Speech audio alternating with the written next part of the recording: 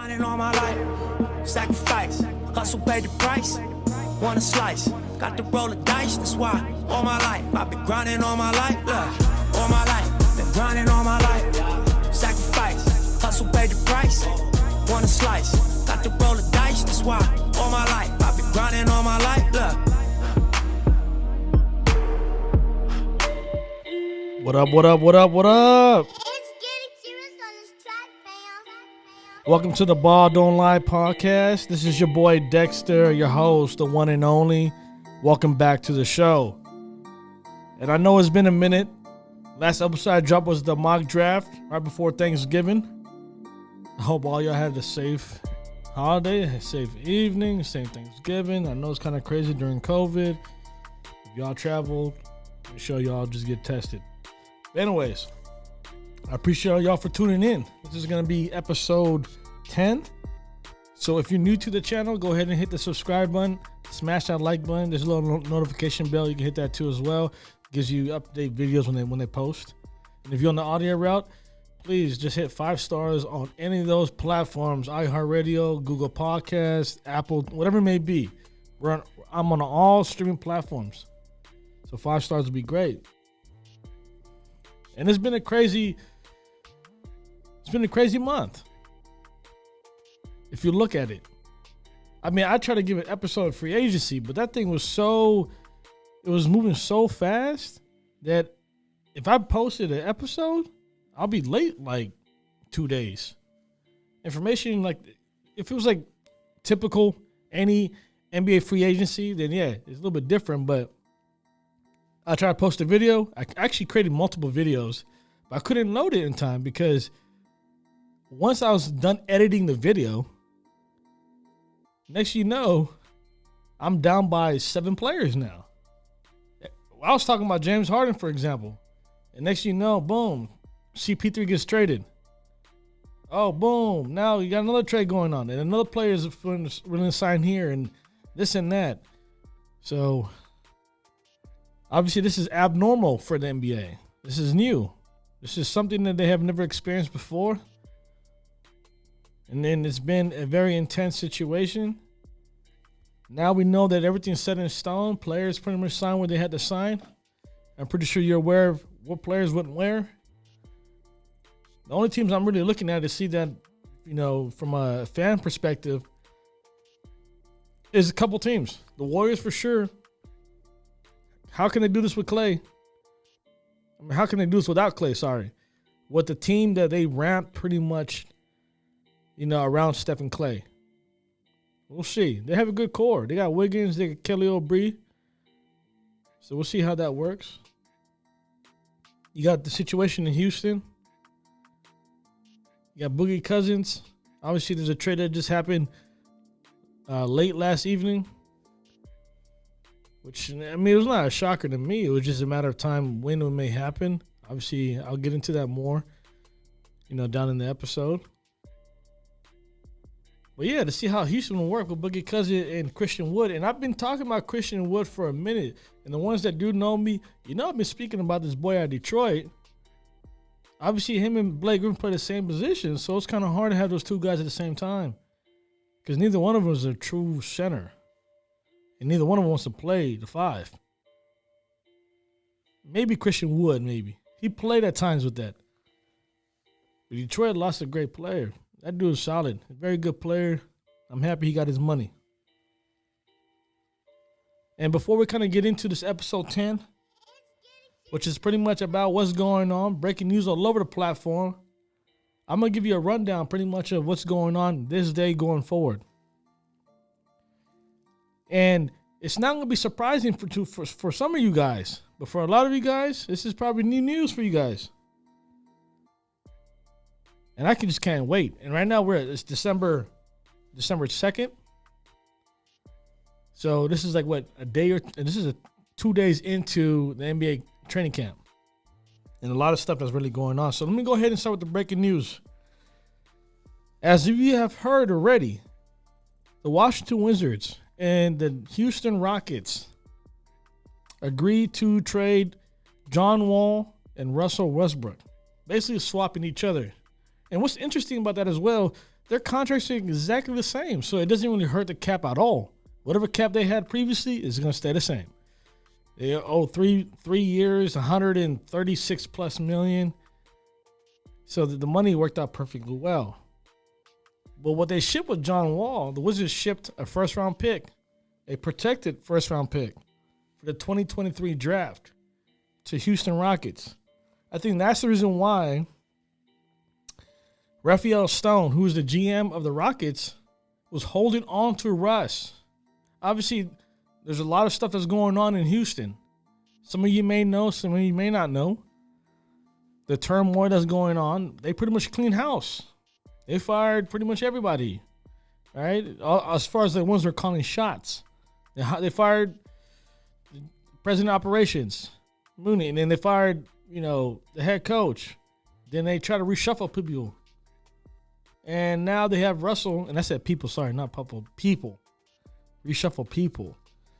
And now they're trying to get rid of Russ, who Russ obviously wanted to be out, right? That's already known. It's not a shocker. But the reason why Raphael Stone, the GM of the Rockets, held on to Russ day 2 into camp is because he was looking for somebody to get either a player that's comparable to Russ, that's similar, like the talent is not a dramatic drop off. Because it's rare you will see somebody like an all-star traded for an all-star that has almost the same skill set. I'm not saying that the rest of the skill set and John Wall is the same, but it's similar. Both guys are explosive point guards. They can't really shoot. They're very aggressive going to the basket. Obviously, Russ is probably better in dynamics of the game as far as rebounding and trying to create offense. So we don't know if that's really true. We don't know if that was just staffing the stat sheets in OKC when he was averaging triple doubles and etc. But Russ to me is a better guard than John Wall. John Wall to me is more of an explosive point guard that can never stay healthy. But at the end of the day, the Rockets wanted somebody who wanted to be in Houston. They didn't want to have to worry about somebody nagging and complaining about this is not for me. This is not for me. And then obviously it causes turmoil. And look what happened. James Harden is not happy. And I wonder who lit the fuse under that. Because I'll tell you right now, this is the third point guard they're going on with. Right?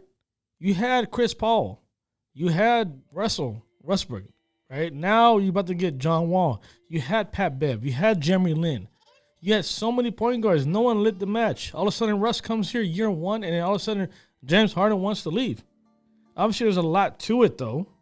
A lot of stuff that happened over time. But who activated that lighter? Had to be Russ. That's just me, my opinion. Not saying that it's actually true. I have no sources. This is strictly my opinion, but just common sense to me, right? All of a sudden, you're owed 3 years. All of a sudden, they give you an extension of $50 million a pop for 2 years, over $100 million, and you say no? Come on. There had to be something that happened because they did everything to help him out.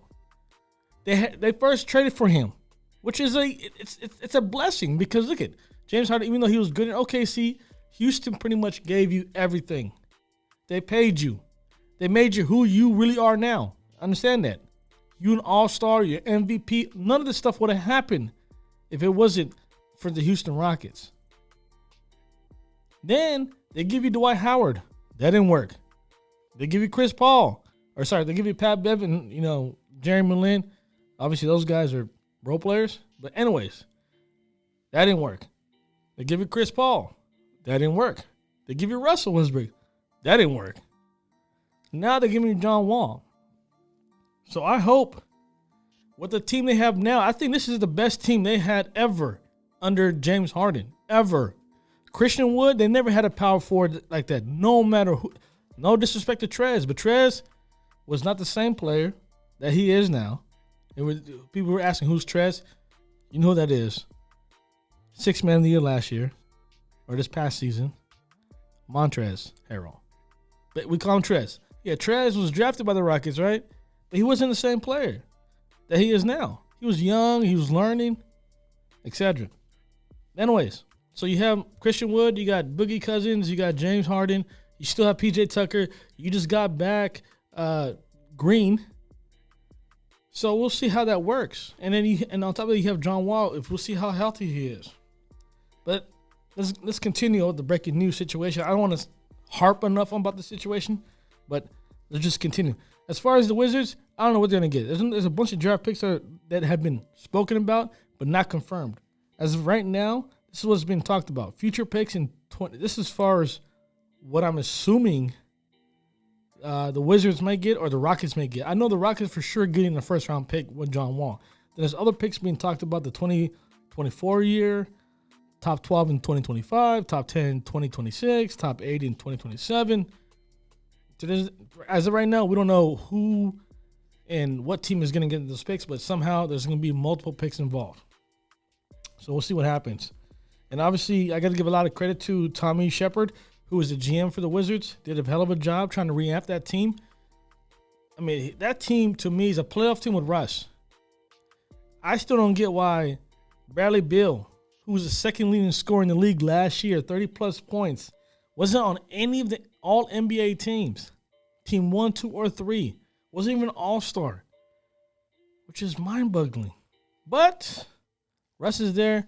I'm pretty sure that will happen again. He's going to average 30 points with Russ. And I'm stoked about the whole situation because the East, to me, is actually it's a little bit more fun to watch. Even though a lot of people will agree with me, it's more fun to watch than the West. Why? Because you don't know who's going to win. The West, you have your predictions. You have the Lakers that are the Clippers or as far as the two head honchos that's going to come out the West, right? You're not going to argue otherwise. I'm a Warriors fan. There's no way we're going to trump maybe the Clippers, but the Lakers, with the team they have, I don't know. I got to see the games first, but the East, it's a toss-up. Obviously, you have the Nets. You have the Celtics. You have the Heat, right? These are young teams that are good, too. So there's a lot to go. There's a lot of drama that's going to happen in the East for sure. So breaking news about that. They got traded late last evening. Russ is going to be going to D.C. John Wall is going to H-Town. LeBron James. Let's continue about this breaking news. There's so much stuff that's happening right now as we fly. Stuff is still coming into my watch. Okay. So LeBron James just signed a $85 million extension. Oh, my God. They still underpaid this dude, even though he's going to make over $40 million a year. Over his lifetime, in his career, he made over $435 million. And people still say he was paid a lot. No, he wasn't. He was actually underpaid. Dude was underpaid for what he's worth and what he brings to the NBA and what he brings to local markets like Cleveland. It's a well open source where you can find out any information about what LeBron did in Cleveland.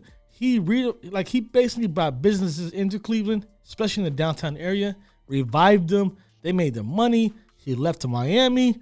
They went out of business. When they hear he's coming back, they tried to buy the business back. They had a bidding war, and whoever got in, and they made their money for those 3 years. Or those 4 years, whatever it may be. Or 5 years, right? Something like that. Still, they made a lot of money. LeBron James makes a lot of money for a lot of people and still got underpaid. But anyways, that's LeBron's extension. And a lot had to do with him doing this whole 2-year thing with the opt-out is to see if they can get enough cap space to get other stars down the road. That's why Anthony Davis hasn't signed yet. He's not signing until he figures out what's the best situation for him. He regrets signing a 5-year deal with the Pelicans. So we'll see what happens with AD situation. It's right now, Rich Paul, he's not going to tell nobody. Is he going to do a 2-year with a 1-year opt after that, or a 1-1, or a 3-1, or a 4-1? When I said 4-1, I'm referring to like those 4 years and then the opt out if they want to, or that additional year they want to sign into. And I don't know if you guys heard, but obviously COVID is a real thing, right? And there's nothing to be laughing about. Being serious. You guys got to be safe out there, man. Because as of today, or actually yesterday, 48 out of the 546 NBA players have tested positive for COVID. And two of the players that came up to me through the internet was two players from the Warriors that they haven't disclosed their names yet. But out of the 48 players, they didn't mention what teams they're from, other than the fact that two of them are Warrior players that have been confirmed that they have contracted the virus. And this is not a shocker at all. This is going to happen. NFL went through this route. NBA took some experience from that. The NBA went to the bubble. And before they went to the bubble, they tested all their players. The ones that did come up positive, they didn't go. They had to wait 2-3 weeks to clear that initial 15-day window, right? No symptoms, etc. Boom. Then they'll be able to go to the bubble. But if you got tested pretty late and for some reason you couldn't make it to the bubble or you decided to opt out, whatever it may be, that was a perfect situation for the NBA because they know exactly who's inside the bubble that is not sick. And it worked out for the NBA. It was a success. But now, going forward, and this test happened sometime between November 24th, so like Thanksgiving-ish, right, into the 30th of November, which was like a couple of days ago. They tested all their players. And 48 came back with the positive results. So what does that mean? Basically, the NBA is going to put a protocol in hand, the same thing the NFL did. And I'll break it down more to you as we speak. These are just breaking news. Once I get into the other segments, we'll talk about that. So I'll go ahead and continue with the whole COVID situation in a second. Kemba Walker is out to January. He took a some type of stem cell injection to his knee, the same knee that's been bothering him since All-Star weekend of last year in February.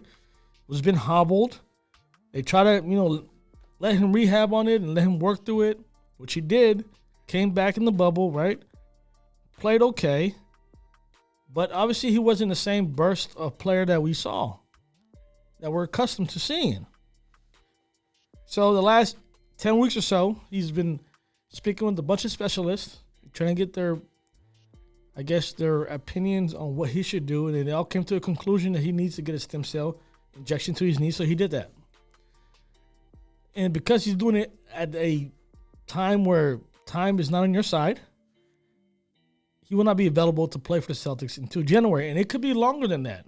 It all depends how he reacts and how does he recover. But he will definitely be out as far as the start of the season for sure.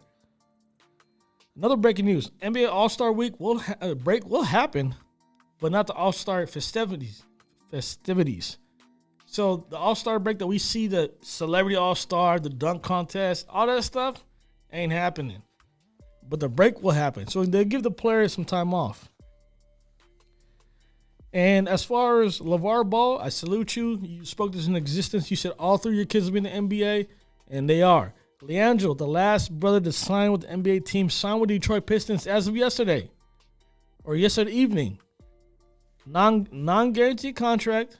We'll see how it pans out. To me, out of all three of them, he's the best shooter. Jello's the best shooter of all three of them. But he doesn't have, I guess, the NBA readiness than like Lonzo does. And LaMelo, obviously, he's a prospect. He's a lottery pick. We'll see what happens. But to me, he's the most talented of all three of them.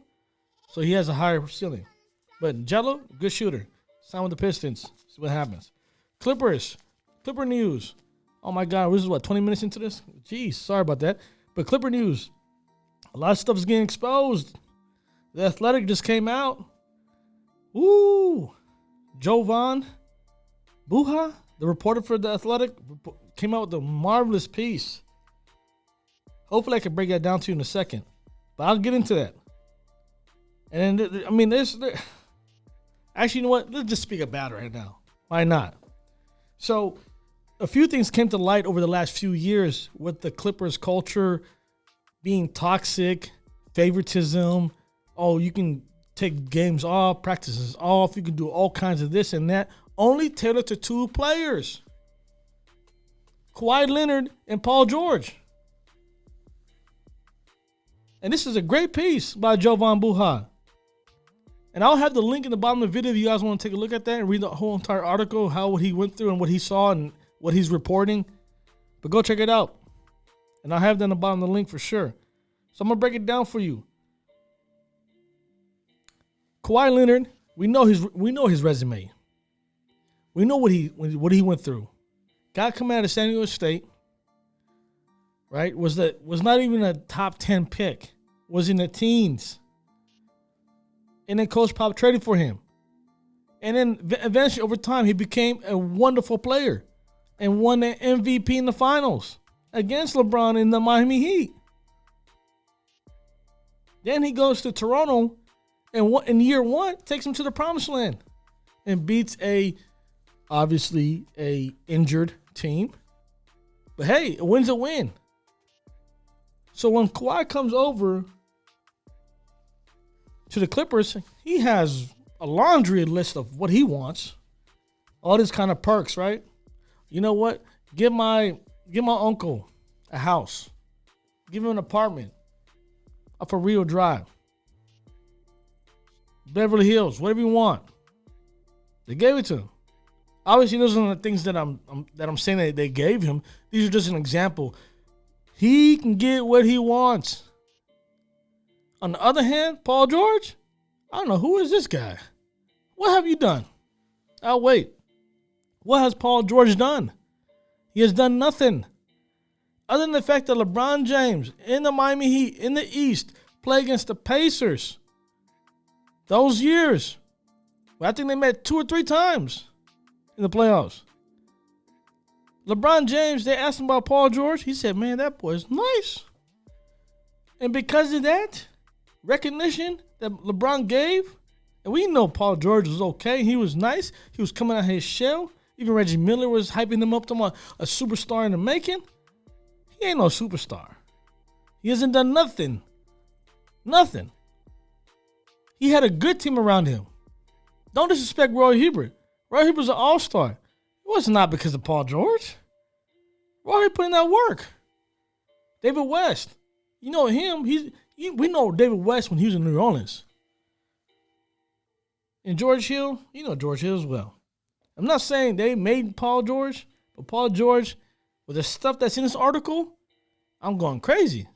The reason why Trez is mad, the reason why Pat Bev is mad, the reason why Lou Will's mad, and whoever else, is because the antics that these two guys went on, they kind of say, you know what, Kawhi, we get. But this guy, Paul George, Pandemic P, Playoff P, nah, this can't happen. I'm going to read you some key factors. I don't want to go deep into this. I'm going to read you some stuff that I saw. You know what? I'm going to tell y'all. So Leonard and George were the only players to have their own personal security guards. Imagine that. They had their own personal security guards. Like the NBA players can't afford their own? Now they could, right? But the team is going to offer it to you. Okay. I don't care about that. Whatever. But they had their own personal bodyguards. Leonard and George had the power over teams' practices and travel schedule, leading to teammates to believe Leonard canceled multiple practices. And you gotta understand, Leonard was driving from San Diego to LA for practices. The next bullet point, Leonard was allowed to live in San Diego and commute from there, which often made him late to team flights. Can you believe that? Can you understand that? Imagine Steph Curry was driving from San Jose, California, all the way to Frisco or Oakland in traffic. Yeah, it's a better route than San Diego to LA, I tell you that. It's a better route. 40 minutes, 30 minutes, maybe 1 hour tops. LA to San Diego and vice versa, that's at least an hour and a half, 2 hours. On any given day, it's traffic. Unless you're taking a helicopter like Kobe, unless you got that kind of Kobe money. If not, how are you allowing this? Where in San Diego does he live? If he lives anywhere south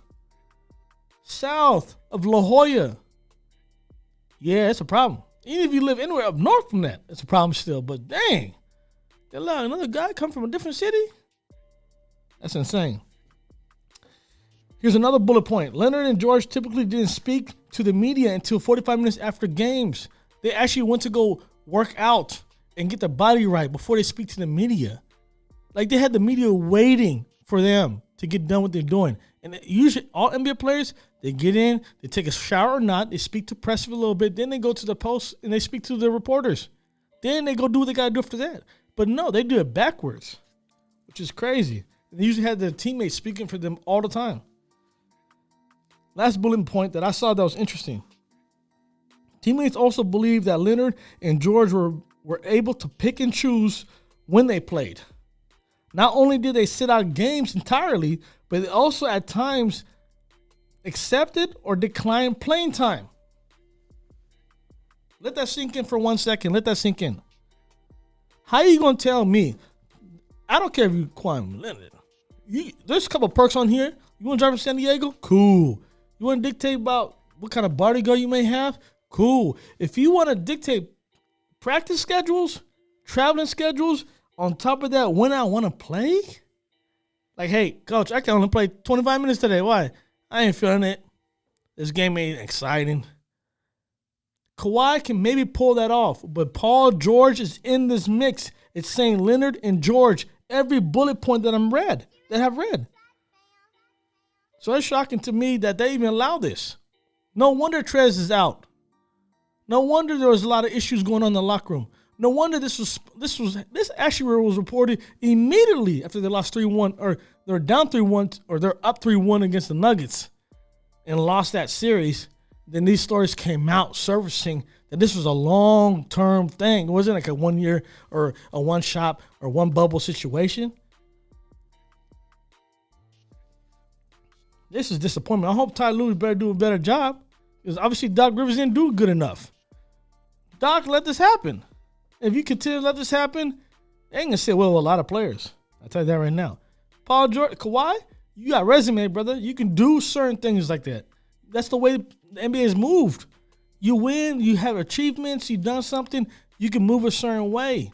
But Paul George, what have you done? If anyone out there, please, on the comments below, hit me up. If you're a Paul George fan, tell me what I don't see. Because I'm telling you right now, he hasn't done nothing. Absolutely nothing. Yeah, you can make all-star games. Okay, whatever. I've seen players like Rondo make the all-star. And Kyle Lowry, people said that he was trash. Named multiple all-stars. So don't give me an all-star situation. Tell me what has he done in the NBA. What has he done? Nothing. Until then, let me know. If you're a Paul George fan, is there something that I'm missing that I don't know? Because from what I'm seeing, all these bullet points that I read to you don't make sense. Leonard and George have bodyguards. 1. Leonard and George have power to pick teams' practices and teams' travel schedules, leading teammates to believe Leonard canceled multiple practices. Another bullet point. Leonard was allowed to live in San Diego. He lived in San Diego. He commuted to games from San Diego. Imagine Steph Curry. Imagine Steph Curry traveled from San Jose, California to Frisco, to the SFO, to the Chase Arena, or, obviously the Oracle Arena if there was in Oakland. It's a 40-minute drive. Traffic maybe tops 1 hour. And then that'd be crazy. We allow a guy to commute from LA to San Diego? There's already a traffic as it is. It's an hour and a half plus. If you're lucky, it could be longer than that. So it's just mind-boggling, because I get Leonard's situation. Leonard can pull this off. Leonard has a resume. He has done things in the NBA. He has an NBA Finals MVP. 2 of them. He has won multiple titles on 2 different teams. He's won Defensive Player of the Year almost more than once. Obviously, he has one on his resume, but he could have won multiple DPOY. What has Paul George done? What has Paul George done to an extent for him to say, you know what? I'm going to give you another bullet point. Teammates also believe that Leonard and George were able to pick and choose when they played. Not only did they sit out games entirely, at times they dictated how many minutes they're going to play, or by declining playing time at all. Say, I'm good, Doc. I only play 25 minutes today. I'm good. Oh, you know what, Doc, put me in. I need more minutes. I get players do that sometimes. But to do that all the time? Who are you, Paul George? Playoff P? Pandemic P? I'm not going to get onto that. But if you want to look at the article, I'm going to drop the link in the bottom. If you have any questions about Paul George or you guys want to correct me about this, tell me something I don't see. Am I blind to something? And don't bring up all-star acolytes. Kyle Lowry won multiple all-stars in the East. Rajon Rondo was a one-time all-star. There's players that can name that won multiple all-stars or one all-star that I was surprised. So don't say that Paul George is a multiple all-star. Okay, what does that mean? Does that mean he's better than Dame? Because Dame got almost the same, right? 3, I think. 3 or 4. That doesn't mean that. So is he better than Devin Booker? I don't think so. That's just me. I put my money in that guy's baskets. I think Devin Booker, if you put him around good players, I think he's a better winner. Paul George ain't no winner. Unless you can tell me otherwise. But hit me up in the comments below and let me know. All right, let's continue about this whole breaking news situation. I know there's a lot of information that's going to be going on in the next couple of days. So I'm going to break it down to you. So the NBA's notable upcoming dates. December 1st, which was yesterday, right? Today's what, the 3rd? It just turned to the 3rd. Yes, today's the 3rd. So, or the 2nd. Sorry, 2nd. So training camp has started on Tuesday. Or was it Monday? Yeah, Monday. Tuesday. Sorry. My whole schedule's backwards. I'm trying to figure out when to release that information. December 11th, preseason is going to begin. Every team's going to get at least maximum 4 games or minimum 2 games, but somewhere in between there. So some teams will play 4 preseason games, some will play 2. December 22nd will be the regular season when it kicks off, when it starts. Opening night is going to be the Nets versus the Warriors. I can't imagine. Draymond and KD. Ooh, this is going to be lit. You know Draymond's going to talk you know that. He's going to talk. He's going to say what he got to say. So I want to see how does that work and how KD's going to react to it. Or they're just going to let bygones be bygones and everything's cool and just play it out and, hey, it's the first game. How you doing, KD? It's been a minute. Or it's going to be like, nah, man, every game is going to be competition. I'm going to be in your face. At the end of the day, I respect you. But during the game, I'm going to kill you. I hope it's that way. Second game, so it's going to be a doubleheader. Nets versus Warriors. So it'll be the first game at 5 o'clock Pacific Standard Time. So if you're in the West Coast, 5 p.m. East Coast, 8 o'clock. Second game, Lakers versus Clippers. This is how the NBA is so great at drama. This trumps any sport. Any sport. You cannot argue me with otherwise unless you show me facts. NFL does not put out the best starting games. They never do. Opening night, they put the most, it's okay. It's not that bad. But this is drama. KD versus Draymond. That's the underlinement. You have to read in between the lines. KD versus Draymond. And see how that works. And then Steph versus Kyrie. Oh, come on, man. Y'all can't see that? I can see that. Second thing, Lakers to Clippers. Clippers been talking, saying they run LA. They have all these commercials that they're the new kid in town. This is their city, their time to shine, right? Well, why is it that the NBA is allowing the Lakers to get their ring ceremony in front of them? Big brother to little brother. You know what I'm saying? Like the big brother's gonna show off their ring to the little brother. Hey, y'all see all this? Y'all see this right now? Those banners y'all cover up on the top? Yeah. That's in our house. The same house you in. But you like to cover it up. So this is just, the drama is insane. I love it. It's theatrical. It's going to be nice. Flash off those rings in front of the Clippers.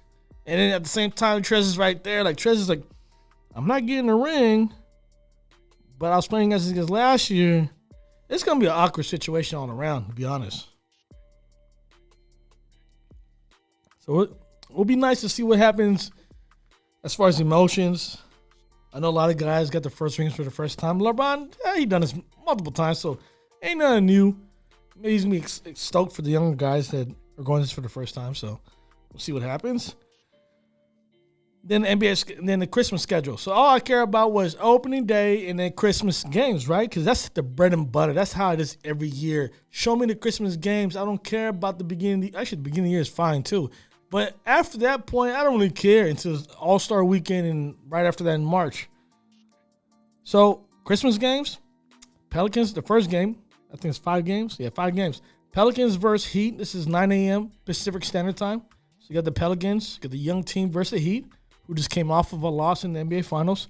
Then you have the Warriors and Bucks. This is pretty interesting because I really think this is show and tell. Steph's going to be like, hey, look at, let me hit that shot. Or, hey, look at what I can do. I can help you. Hey. So it's going to be interesting to see that as well. That's going to be a great game. I think that's one of the best games on the calendar, on the docket. Then you have Nets and Celtics.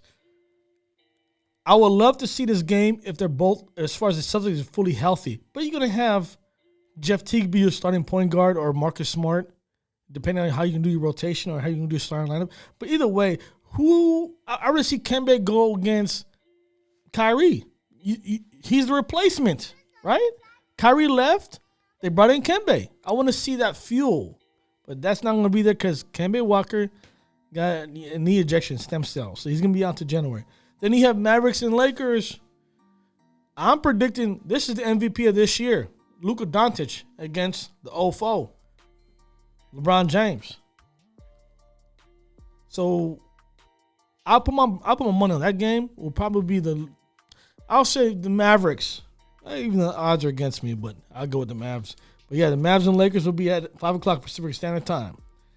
Then you have the Clippers and Nuggets. Ooh, rematch. Oh, revenge game. Ooh, revenge series.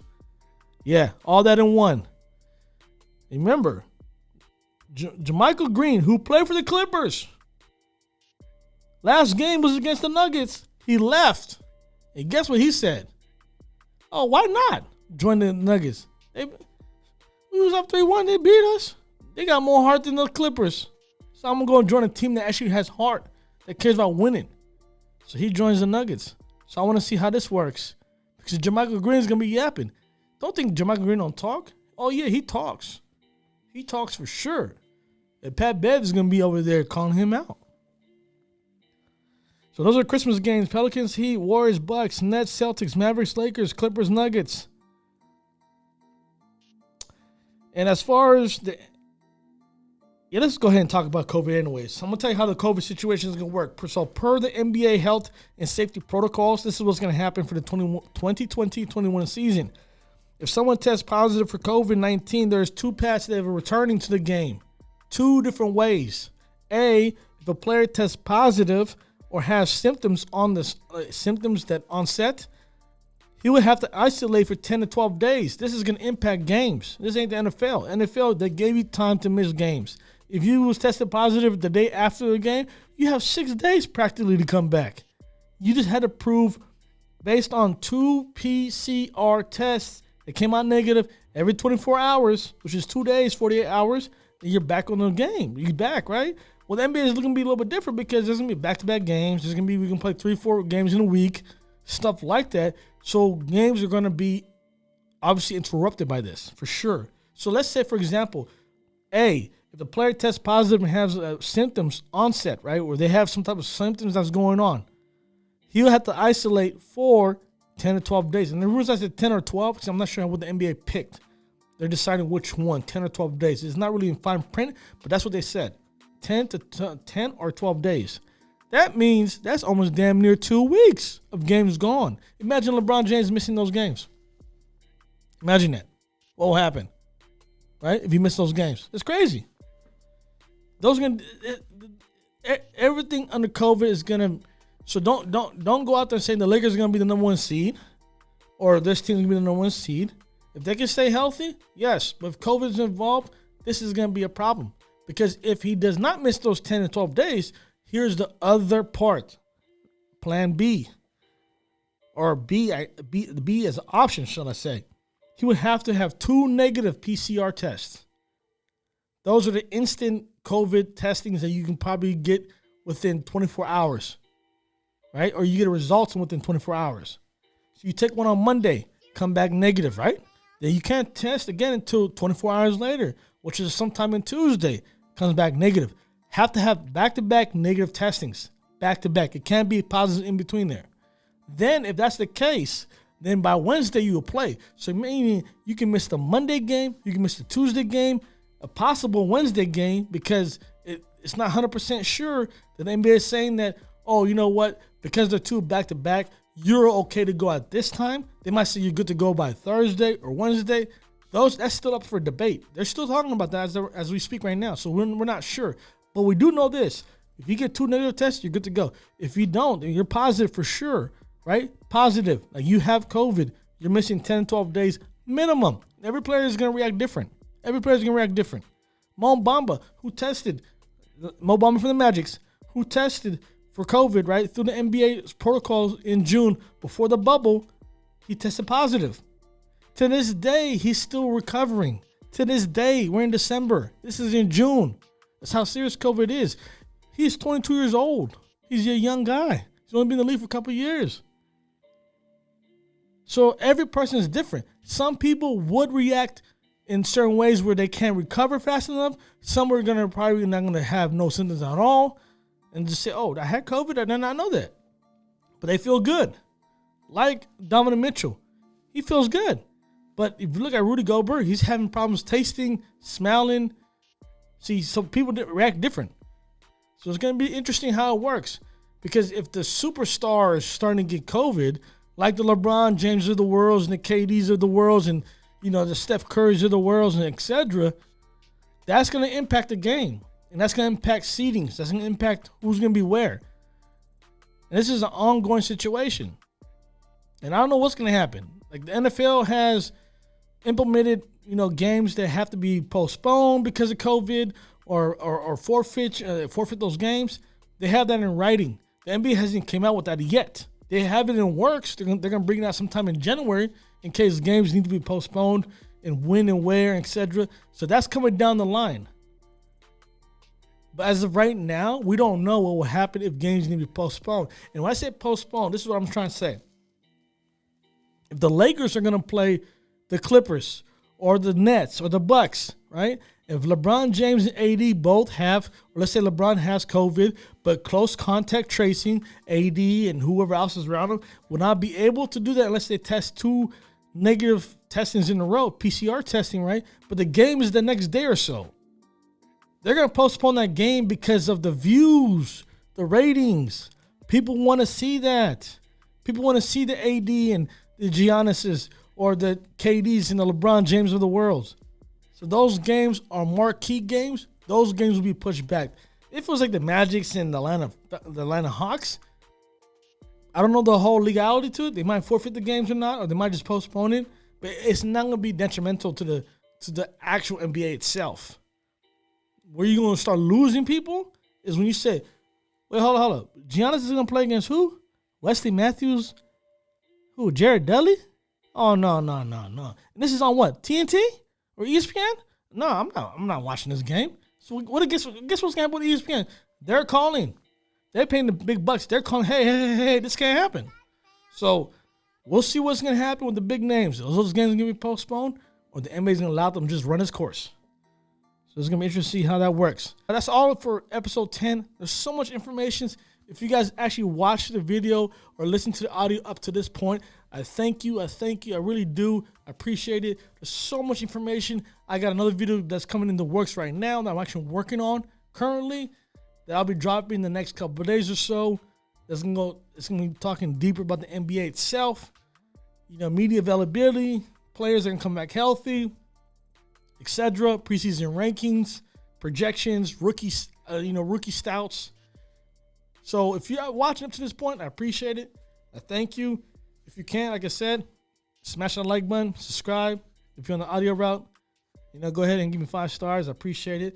But until then, y'all be safe. Like we said, we spoke about COVID a lot in this episode. Be careful. There's a lot of cases going on right now. The highest has been since March. I want you all to be safe out there so we all can get around to getting that vaccination. If y'all can get the vaccination or not, it's up to you guys. But at least we get to that option, right? So stay safe. Be cool. Stay warm. Until then, peace. One love.